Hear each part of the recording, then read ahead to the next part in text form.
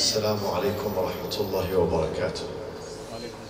بسم الله الرحمن الرحيم. الحمد لله رب العالمين، والصلاة والسلام على أنبياء الله جميعا وعلى سيدهم وخاتمهم حبيب إله العالمين أبي القاسم المصطفى محمد وعلى أهل بيته الطيبين الطاهرين وأصحابه المنتجبين ومن تبعهم بإحسان وإيمان إلى يوم الدين. My dear sisters and brothers, I'm very honored to be among you tonight to discuss probably the most important subject among the young generation, especially those who are still bachelor and single, but also among those who are married. Marriage, it could build your life, and it could be the most enjoyable experience in your life. At the same time, it could destroy your life, and it could be, God forbid, the most disastrous and miserable experience of your life, depending on many elements.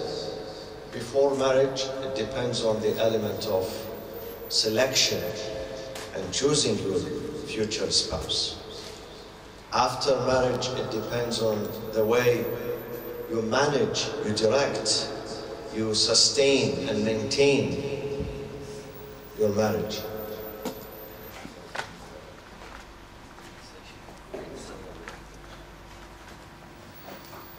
So many people think that fortune plays a role in our life, in our marriages. It's not about fortune. In fact, it is us, we, who create the fortune or the misfortune to that effect. It is us, we are responsible for it. So tonight we're going to speak about 3 different subjects which all leads into how to be able to maintain a stable and productive marriage in your life. Before the prayers, we have some time to speak about before marriage, what should we do? Many of you, I believe you are single here tonight. So, and the most pressing issue that concerns and sometimes worries those single ones is, how can I find a partner? How can I find a husband? How can I find a wife for myself? And frankly speaking, marriage is going through many difficulties. The institution of marriage and family nowadays is being shaken, and it's not in a good shape, neither in the Western countries nor in the Eastern countries. We have a crisis in the family. Marriage is being disintegrated because of many problems that we sometimes create for our own selves. As you heard in this short clip, Imam al-Baqir states, alayhi salatu wassalam, ما بني بناء في الإسلام أحب إلى الله تعالى من التزويج. No institution, no foundation has been built dearer and closer to God, in the eyes of God, than the institution of marriage and family. But unfortunately, this holy institution, this sacrosanct institution, is being shaken today because of these turmoils in our communities, in our societies, in our relationships. So let me begin with before marriage. What should we do before marriage? And I have few points to mention. Please follow me on these few points, and then we will open the floor for a discussion, to entertain questions. If you have comments, even if you have comments, not just the questions, please let us hear your comments. Number 1, The most difficult task or enterprise a person can go through is finding a spouse. To find a car to buy, it's not very difficult. To find a house to live in, it's also not very difficult. But to find a person, a human being, where you spend your time, your life, your aspirations, your dreams, your goals with that person is not something easy. And it requires a lot of effort. It requires a lot of work, a lot of preparation to be able to find that person. And though Islam says marriage is very important, and everyone, male and female, should work very hard to prepare for their marital life. Marriage is not something that you wake up, you think about it overnight, and then you wake up in the morning and say, yes, I'm ready for marriage today. It's not like that. It takes time. It takes time. You have to be prepared also rationally and psychologically for marriage. Some people think that, or some parents, I should say, think that their children are ready for marriage because they have desires. And just because the desires kick in, so to protect my son, to protect my daughter, even if they are 15 years old, 16, 17, even if they don't understand the meaning of marriage, even if they don't appreciate the value of marriage, this institution, we push them to get married. This is not right. Even if you are financially able, marriage is not only about having money or being able to purchase an apartment or a house, or you have a job, therefore you are ready for marriage. Marriage begins here. You have to be psychologically ready for it, emotionally ready for it, spiritually ready for it, socially ready. Marriage is a lifetime commitment. Lifetime commitment. Marriage is signing a contract not only with another human being, but signing a contract with God.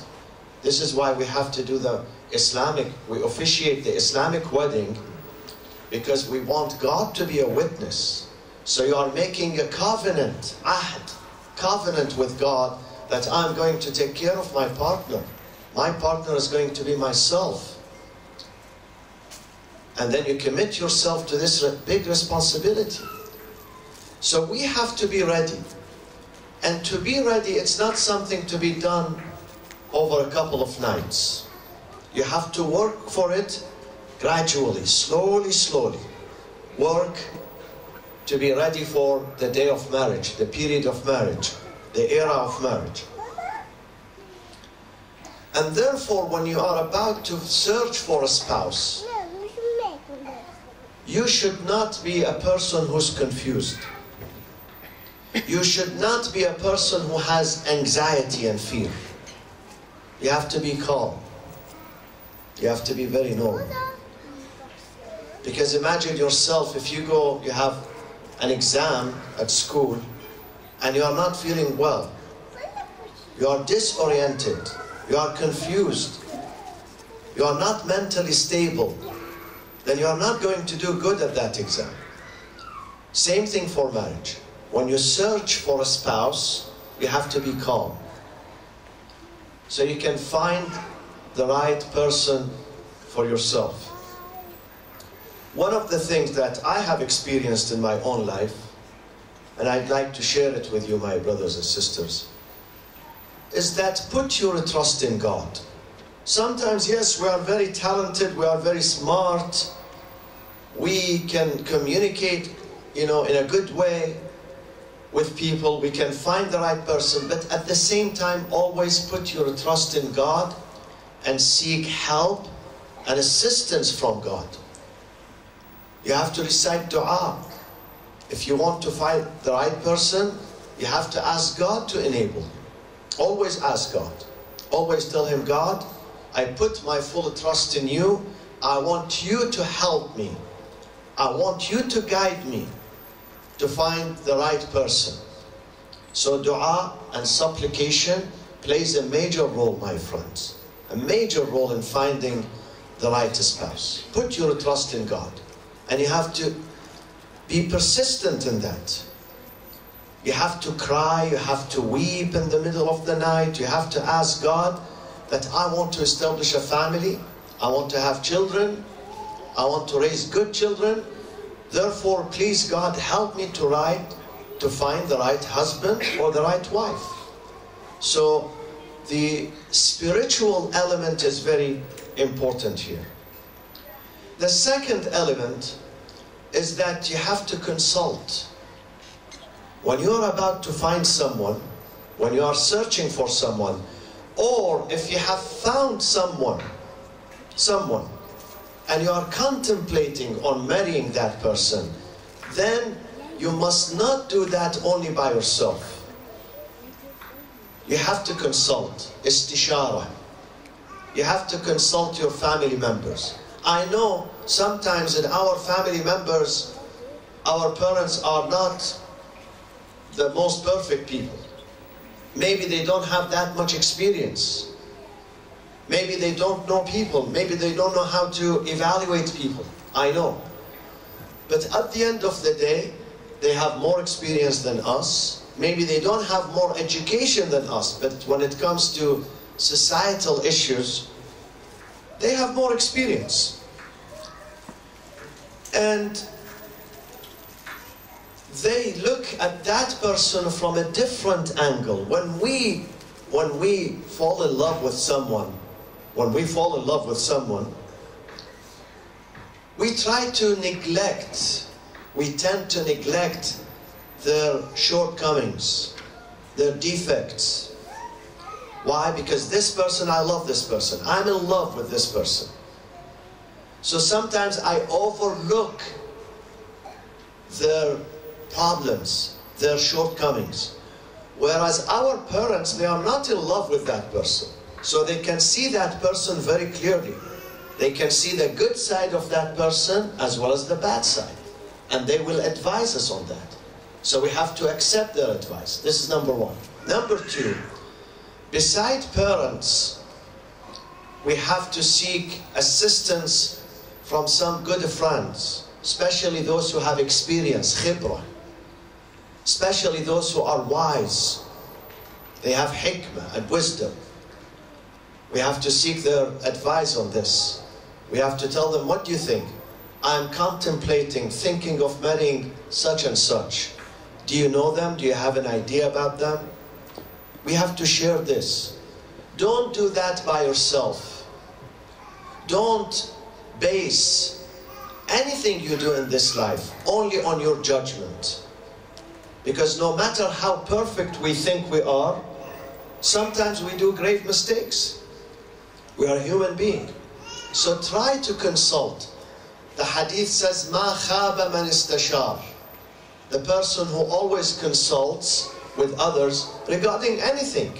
Regarding going to school, buying a house, buying a car, moving from one city into another, getting married, opening a business. Always consult. When you consult with those of wisdom and experience, you are not going to be disappointed. So consult with people. Don't do that by yourself. Whether you are a female or a male. When someone comes and asks for your hand, or if you want to ask for someone's hand, ask some people. Now whether they are 2 or 3 or 5, it doesn't matter. But you have to ask.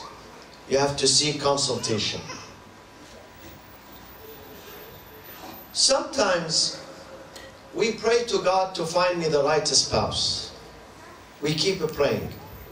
And then all of a sudden one day that spouse, God puts that spouse in my way. You meet that spouse at school, at a restaurant, in a meeting, in the train, in the airplane. You meet that person. How do you know that person is the right person? How do you know that God has answered your prayers and eventually He put that person in your way, right in front of you? Is this an illusion or this is a reality? Is this what I was asking for or no, maybe not? Some people say, yeah, I kept praying and I saw a dream that I'm going to see the person, and now I saw her tonight or today. I saw him. So this must be the person that God chose for me. Is this right? 100% right? It could be right, it could be wrong. It could be right, it could be wrong.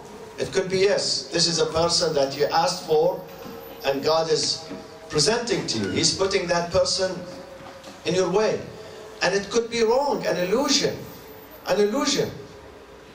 That does not mean any person who comes up, it is the right person. You still have to do your homework. You still have to investigate. You still have to approach this sensitive subject with rationality, with wisdom, with patience, with consultation. Don't plunge yourself into any relationship if you don't understand that person very well. Don't do that. Some people say, I'm searching, I can't find. I'm searching in Den Haag, I could not find. In Rotterdam, I could not find. In Amsterdam, in London, in New York. Some people come to me and say, I've been searching for 5 years, 7 years. I could not find the right spouse. Is he right or wrong? He's wrong. You know why we search and we don't find? Because we raise the bar. When you raise the bar of your expectations and you want your future spouse to be perfect human being, you want her to be the most beautiful, the most attractive, the most intelligent, someone who works, someone who comes from a good family, someone who's very talented, someone who's... You can't find these qualities in one person. It's impossible. Or sometimes the girls, they say, I want him the most handsome man, the most muscular, the most intelligent, and I want him to be rich, I want him to do this, I want him to buy me a mansion, These things are hallucinations, my friend. We have to be realistic. God would not make any person perfect. Any person. There is no perfection in this life. You cannot find someone who's physically, mentally, psychologically, socially, spiritually perfect in all departments. Maybe he's handsome, but his brain is not handsome.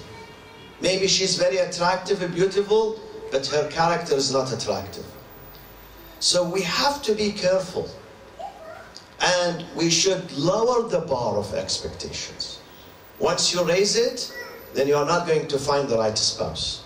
You are not going to be satisfied with anyone.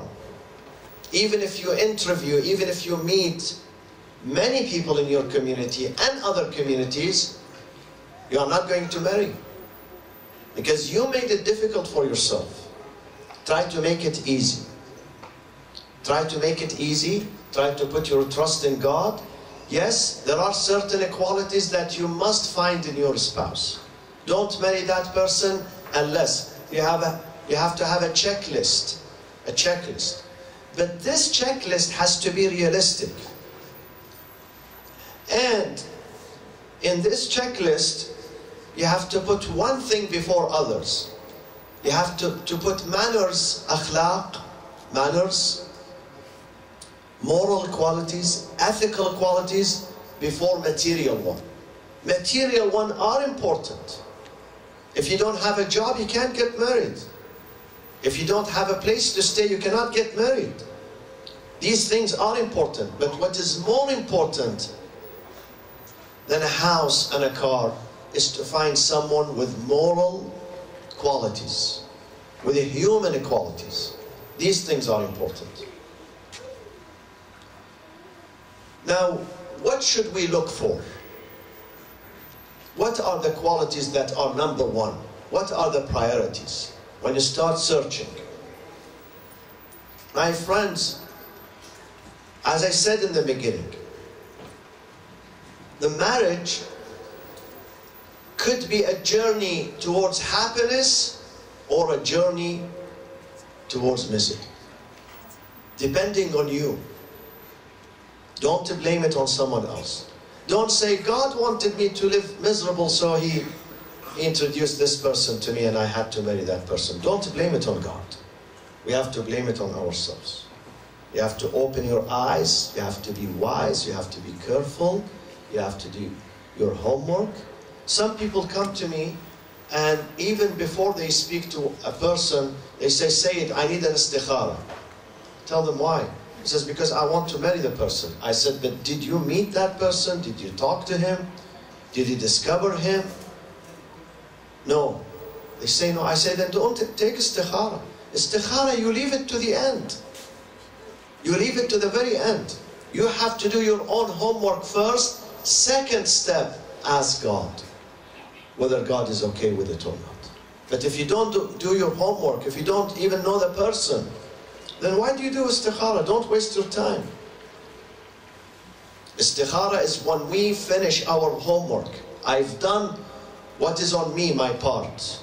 I have fulfilled my part, and then I leave the rest to God to decide.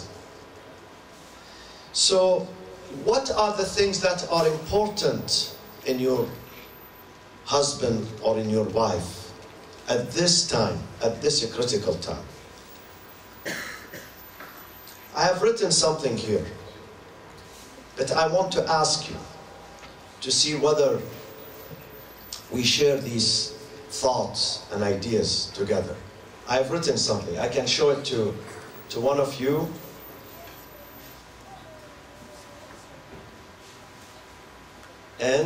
But I'm not going to say it.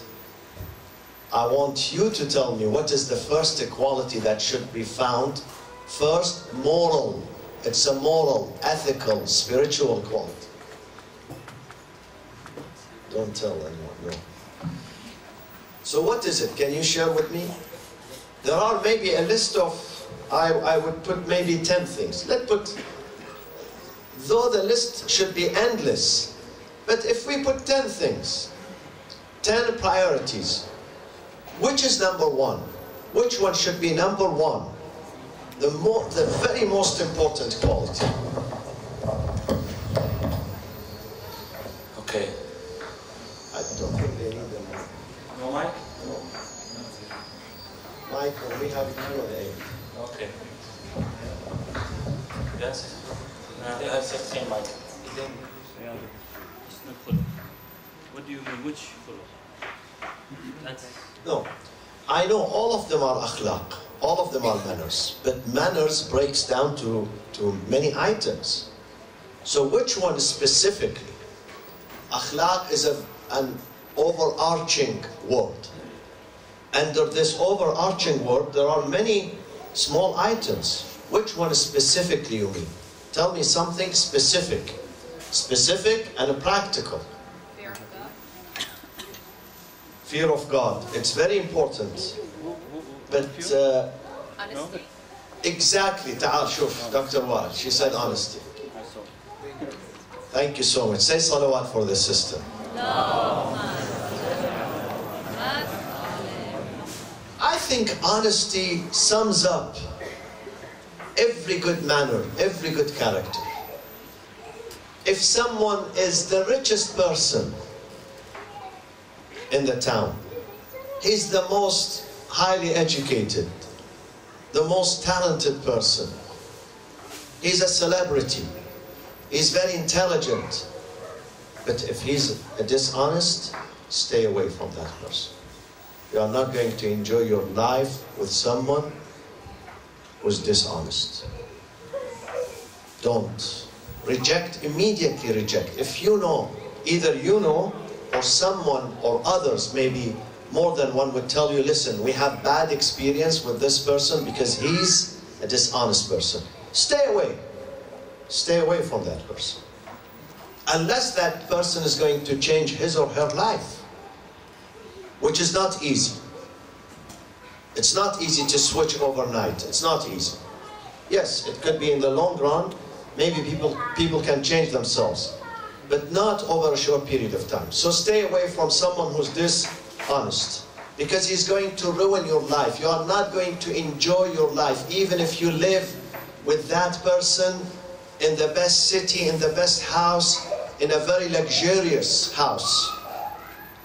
You are not going to enjoy your life with that person. What is the second? Okay, just shout. Yeah. What do you think is the second quality that a person must possess in order for you to live with that person for another 50, 60, 70 years? Respect. Mutual respect. I am going to discuss this in the second subject, which is how to sustain the marriage. But we are speaking now in the first phase, how to find a spouse. Behavior to Respect, mutual respect is later on. Yes. Behavior to others. Behavior, to others. good behavior. Good behavior. Humility, good behavior. Yes, this is one of them. Patience, definitely patience is very important. A person who's impatient, stay away from that person. What is it? Taking responsibility. Having sense of responsibility. I'm going to speak about that in the second section. How to sustain the marriage. We speak about the role of responsibility and hard working. But remember, we are still searching for someone with qualities. We are in this phase, still in the first phase. Iman. Yeah, the sister mentioned fear of God, Iman, definitely Iman. But Iman, also Iman is a very generic word. What do you mean by Iman? Show me. Iman has many dimensions. Exactly. Trust. Trust is very important because you are giving yourself, not just your money. Sometimes you give this to someone, even if he does not return it, it's not a big deal. You can go and buy it in the market. But when you give yourself, your entire self, to someone for a long period of time, definitely you must trust that person. If there is no trust between you, then there is no life, no future, no happiness. What else? What did you say? Modesty, definitely. Modesty and humility. A person who's arrogant, again, you are not going to prosper with an arrogant person. A person who thinks that he's better than others. Everything he does is right.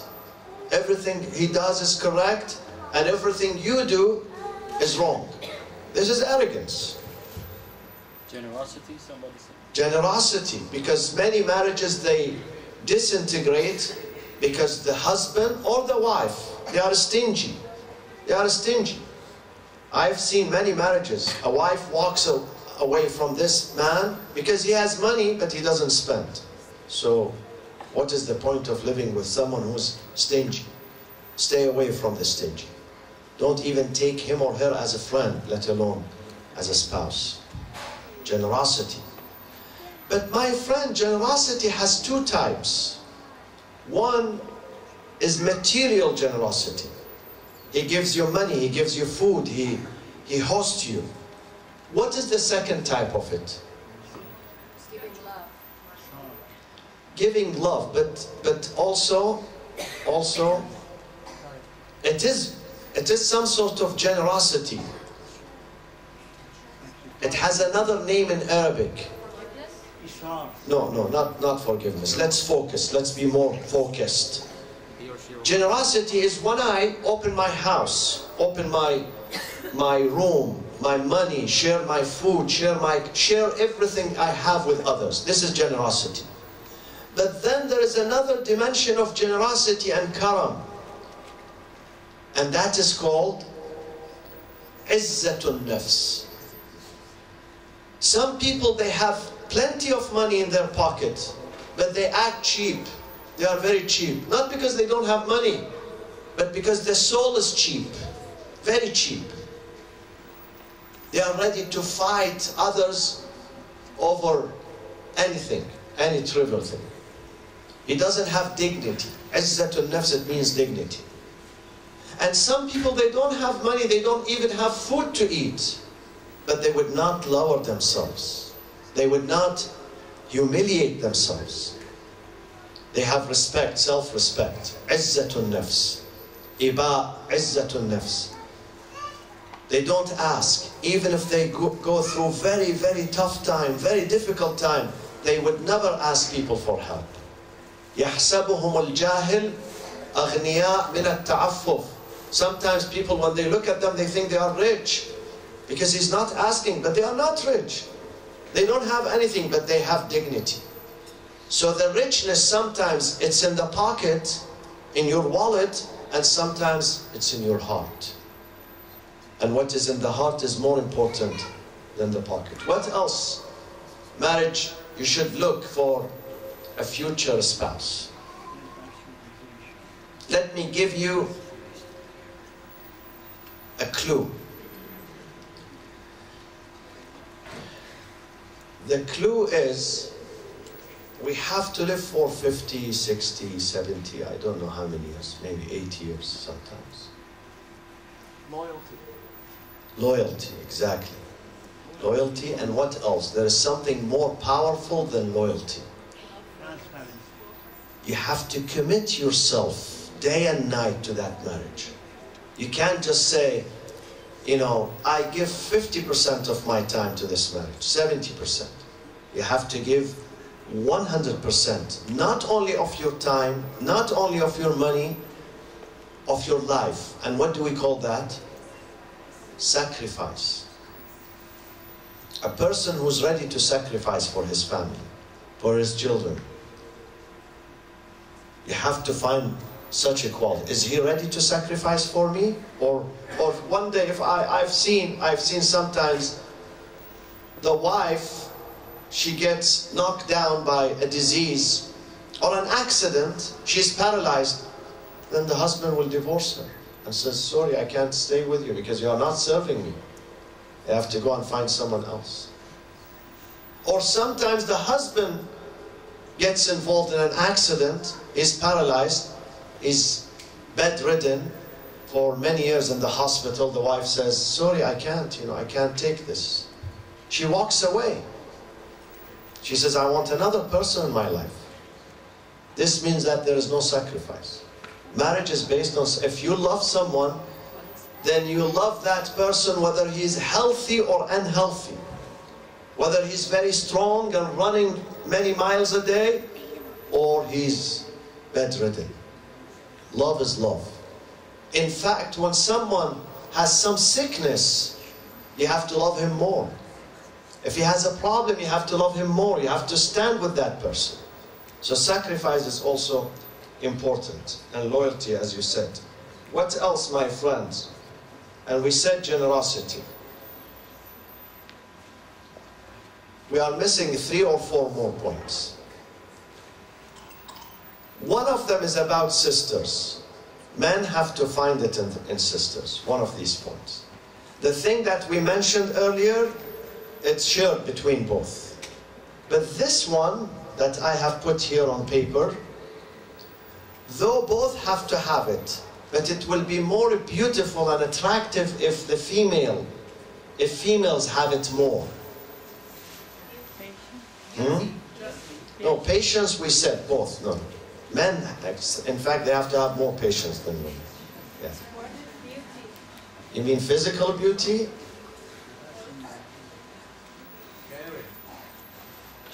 Physical beauty, we will come to it. We will come to it. Attraction, we will come. Both have to have, Even females have to, they need to see the other side being attractive and presentable and beautiful and handsome. Otherwise, marriage is not going to continue. Exactly. Shyness. Al-haya. Al-haya. The most beautiful attribute of women, a female. This is her real beauty. When she has shyness. She has haya. I have objections for you. Shyness is a disease, but haya is something more than shy. Yeah, we say it, yeah. If we adopt shy, maybe Western people think we are, our people, we have a this personality. Okay, let's call it haya. The beauty, the real beauty of a female lies in her haya. And that is the real attraction. So what else? What else? What other qualities we should find? You miss something very important here. Sense of a humor. A smiling face like Dr. Weil, always smiling. Brings joy, brings hope. When you wake up your eyes, when you wake up, you open your eyes in the morning in front of someone who's smiling, not frowning. When some people frown, they ruin your day, believe me. A single smile in the morning has a lasting effect from both sides, And therefore, a smile is considered an act of charity in Islam. An act of charity. Sometimes you give money, euro, dollars to someone. Sometimes you don't have money, you don't have food to give, but you have a smile. Beautiful smile. Begin your day. Not just you begin your day, you continue your whole day. You will have the most enjoyable life when you live with someone who has sense of a humor. He is serious, but at the same time, sense of a humor. And that person smiles. So this is also important. If you find someone frowning, don't get married with that person, believe me. Take my advice. Stay away from that person. What else? You missed something very important. Did anyone mention intelligence? We have to be intelligent. In what ways? When it comes to education, when it comes to knowing life, when it comes to social rules, we have to be intelligent. Someone who's very naive, it's not good. This is the least I can say. Try to find someone intelligent. When it comes to knowledge, science, education, he or she is intelligent. And when it comes to knowing the life, the rules of this life, social norms, laws and regulations, that person should be intelligent too.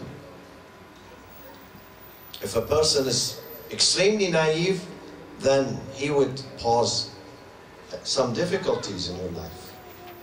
What else? Today we were discussing, when Dr. Weil was bringing me here, a person should be open-minded. Narrow-mindedness also is a disease. To be open-minded in this life. To be willing to learn. Someone who does not have a very narrow perspective about things. He or she are willing to open up to new ideas, to learn, to respect others, to accept others. Open-mindedness is also important. And last thing, last but not least, of course, someone whose two things are a priority for him in this life. His faith and his family. Faith and family. He puts faith and family above everything else. He takes marriage serious. He takes fatherhood serious, motherhood serious. He commits himself to this institution. He gives his time, his energy, his thinking to this institution, to build it, to make it stronger, to protect it. Because some people, they get married, but they don't know how to handle their spouses. They don't know how to deal with them emotionally. Many fathers, or some of them, they think that their responsibility is just to bring money, just to bring food. It's not only that. It's how to respect your spouse, how to treat them with kindness, with humility. It's not just money. Or some women, they think, my responsibility is just to cook the food, clean the house, so when he comes, he finds things ready. And then she frowns, she yells, she screams, she disrespects. It's not your responsibility just to cook the food. What is more important than the food is the hospitality. If you go to a friend's house and he brings the best food, and he puts the best food on the table, but he disrespects you. He treats you with arrogance. Would you enjoy the food? You're not going to enjoy. You're not going to look at the food. You enjoy the food. The food is delicious when there is hospitality, when there is generosity, when there is kindness, when the person welcomes you warmly. Sometimes we think that marriage, the father, just to bring money. I'm giving them money, I'm buying them, I'm giving them my credit card. But then he yells at them. He's always angry at them. He insults them. This is not good. This marriage is going to disintegrate. So let's pause here for the salat, inshallah. And then, because we will have a Q&A, I believe, after the salat, regarding the first section.